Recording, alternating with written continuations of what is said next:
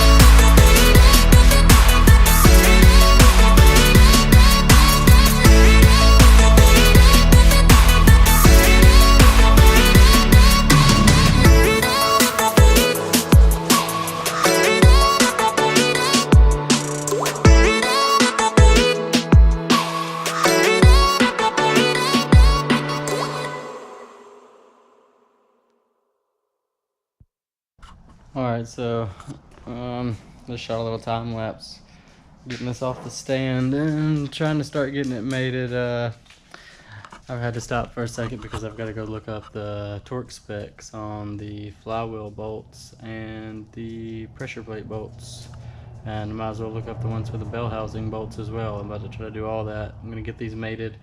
Probably just going to have them all sitting here on the ground in front of the car. I don't know if I'm going to try to stick it all down in the car by myself right now. I'd like to wait till that other mount came in. I'd also like to wait till I had another set of hands. If you notice, I just painted that bay and I've done it a lot by myself, but it's hard to drop one in without scratching anything up, especially without a separate set of hands. I might even try to tape a little bit around where the mounts go and get somebody to help me just to try not to tear the damn bay up too much getting it in there. But anyways, these come real lubed, the flywheel. If you saw me spraying it, I'm using electrical spray. It's basically alcohol. But this whole surface, I mean, you gotta clean this off with something. Alcohol or electrical cleaner would be your best bet. Clean that surface off before you put that disc on, because it shows up in an oily bag. It's in an oily bag so that it doesn't rust out, so that they can leave it on a shelf as long as they want. But when it comes time to use it, you've got to knock that layer of oil off of it, or else that will not be good for your clutch disc at all, to be covered in oil on one side almost immediately as soon as you put it together. But yeah, I'm gonna look up all these specs, and then I'll probably shoot another little lapse of me getting this all mated together and sitting here ready to go in the car. Pretty happy about it. I've wanted a running EG hatch for so fucking long. I've had a lot of EK sedans, which doesn't even compare, you know, in cool factor to a EG hatch, and I'm finally about to have one. It's pretty cool. I say it's going to be my daily, but it's not. I'm going to try to turbo it as soon as I can, and y'all haven't even seen my daily yet. That's a whole other set of videos. I'll see y'all in just a minute. So I came over here, and I was about to start putting this together, and I realized I don't have any pressure plate bolts at all. Like, I don't have a set of pressure plate bolts. I got this transmission and engine separate. I stole all the bell housing bolts at the junkyard when I took the engine, and I've had enough of those extra. But anyways, I want to show you something. Here's a full set of bolts. Full set, and those are those are Honda OEM. They're 12 point, I think they're like a 12.10 millimeter. Not a 3/8 there. I'm almost positive that's a 12.10 millimeter. But yeah, if you work with mechanics or ever go to work anywhere around mechanics, they always have this going on. I just found that whole set of bolts in here, which I've even gone as far as, like, these are my small bolts, these are my medium bolts, which are in this container. I've got like bolts and hose clamps and stuff, like, separated by container back here, because of stupid shit like this. I would have just been fucked and had to order those bolts or get them out of a junkyard or something. I would have just ordered a set and been real upset about it. But I keep every bolt that I find. Even if I'm at the junkyard and pulling stuff, I'll just chunk any bolts in my box, and I'll come and I'll sort them back into my different bins. So, like, here's the bell housing bolts, and I didn't have all the bell housing bolts I needed, but I mean, I just looked through my drawer, or looked through my bins, and found more. And I probably have like a bunch more of these bolts because I've pulled a lot of D series and kept the bell housing bolts while doing so. Still not sure that I have the actual engine mount bolts, which are longer and skinnier bolts that actually, there's 3 bolts that hold the engine and transmission to the mounts. I'll have to dig around and see if I can find those. Might have to go yank those out of the junkyard, but I bet you I find them laying around in here too. Yeah, that was awesome. I was fixing to be in a real shitty mood and had another stupid part I had to order because I was almost positive they were 12-point head bolts, which I could go get some like Allen stainless bolts from the parts store, or hardened, or any kind of Allen bolts, and that'd have been fine. But again, I want the Honda OEM 12-point 10mm bolts. I don't want whatever the fuck they have at the parts store. I want it to be as right as it can be. And yeah, I had one full set of those in my box. That's awesome.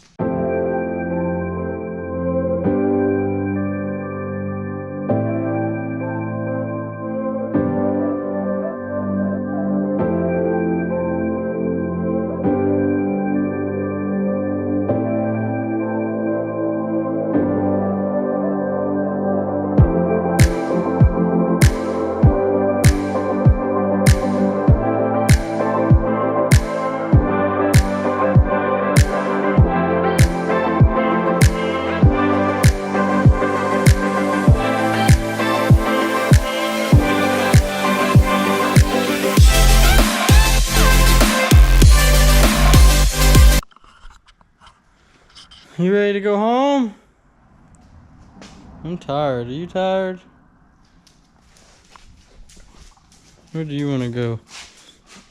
Out that motherfucking dough. Me too. I've been sitting here. I'm OCD, I'm sorry. I've been cleaning the shit out of the inside of this bell housing. Just with some sprays and scrubbing it out. But again, you will not be able to see that bell housing at all when it's mated. You won't be able to see it at all. But it is pretty fucking clean anyway. This is the new throw out bearing. Clean the fuck out of the clutch fork. That's the little pin that holds this fork in place. All this installs in here. Basically all these parts have to go in here, and there will be a lot of lubrication. This needs to be lubed where this pivots. These need to be lubed where they ride on the back of the throw out bearing. The throw out bearing needs to be lubed around its center where it sits on the shaft. So I've got to lube that onto there, lube this behind it, lube that behind there.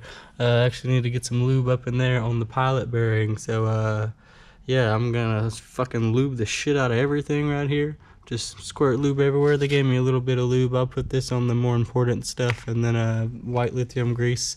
Anything else I think needs more lube than what I've got.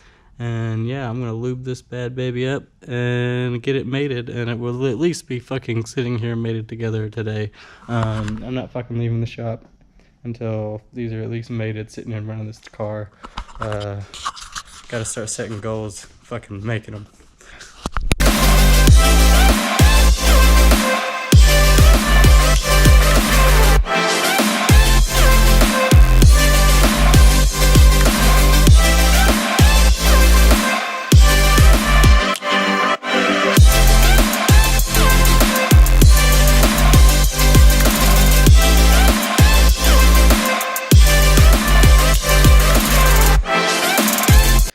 Alright guys, that is all I am fucking doing today. It is together. It is mated. I got this mount on. I played with it a little bit, took the timing cover off. I like to make sure things are perfect. I checked to make sure that this Y8 motor side mount would bolt up fine with the OBD1 car side, the actual engine mount. I noticed that it would bolt on to either one, but I wanted to make sure the angle was exactly the same, that the motor wouldn't be cocked or sitting funny. Rather than trying to look it up, I had them both in front of me, so I made sure that's the right mount, or I made sure that they're symmetrical, they're the same, they're identical. This one just has a longer bolt up here, which those are known to try to tear out anyway, so that's probably better. And my timing cover will fit fine without having to modify it, so that's cool that this mount does bolt right to the OBD2 engine side mount. I've noticed under here I'm definitely missing like a dust cover, like a flywheel dust cover. Most people wouldn't give a fuck about that. Like literally, most people would be like, hey, yeah, whatever. I'm gonna find that damn cover. I'm gonna clean it up real nice and paint it wrinkled black and put it on there, unless I find one that's just shiny and clean, but most likely it'll be nasty and rusty. But I will be putting that dust cover on because I don't want the fucking flywheel and clutch just out in the open to get fucked up. That doesn't sound cool to me. I've got this boot somewhere that goes over that, so that's all good. And that looks floppy, but it won't be. It'll have pressure on it. It'll stay right here. It'll never fall out of its engagement. The extra amount I had for this, I actually used those nuts over here, so I had the nuts I needed. Still waiting on this side mount to come in. These, I think they're actually different. I'm not positive. I'm going to look it up tonight. I think the OBD1 and OBD2 cars, I feel like maybe it's a different length right here or something. It will bolt up and appear like it's going to work, but I'm not sure if I think they're different. I think this distance from the back of the engine to where it mounts to the subframe, I want to say there's something different about it, but I might be completely wrong. But I'm gonna look that up and make sure. I've put that mount in with the engine already in before. It's a little difficult, but not that challenging. I'm gonna probably put this all the way together in the car, like I'm gonna take the intake manifold and the exhaust both off of it, and probably leave that rear mount on so that it's as wide open as can be, and just drop it straight down in on just the 2 main mounts and have it sitting in there on those 2 mounts and go from there. Trying to figure out the rear mount. I've still got to figure out the whole manifold situation as far as which one to run and which throttle body to run, and how to get all the vacuum lines and everything set up right for what I want to do for OBD1 with this motor.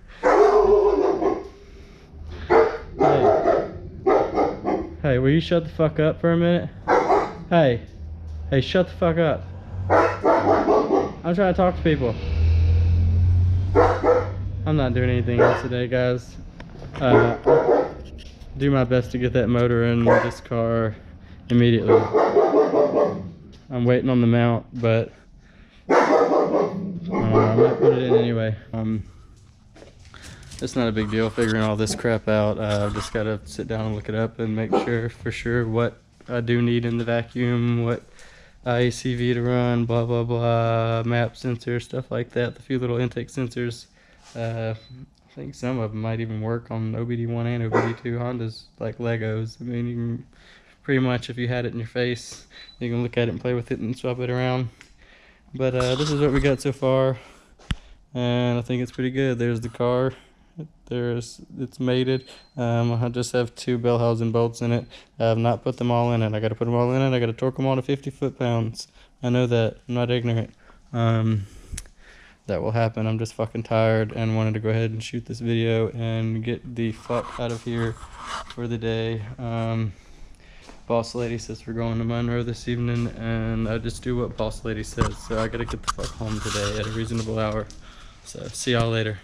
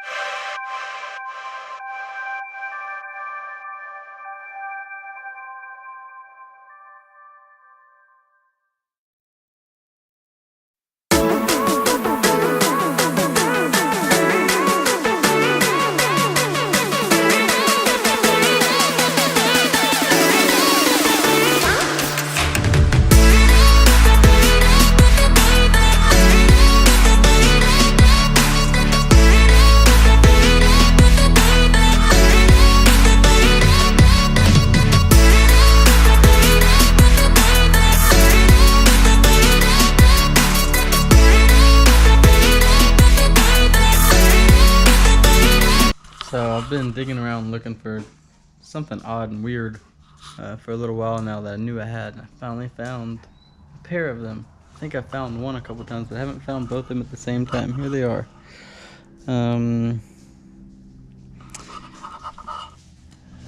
When you take your brake off, you can take your brake off and take your brake line off, and that's a little nipple that you pop over the hard line, and it keeps the brake lines from leaking.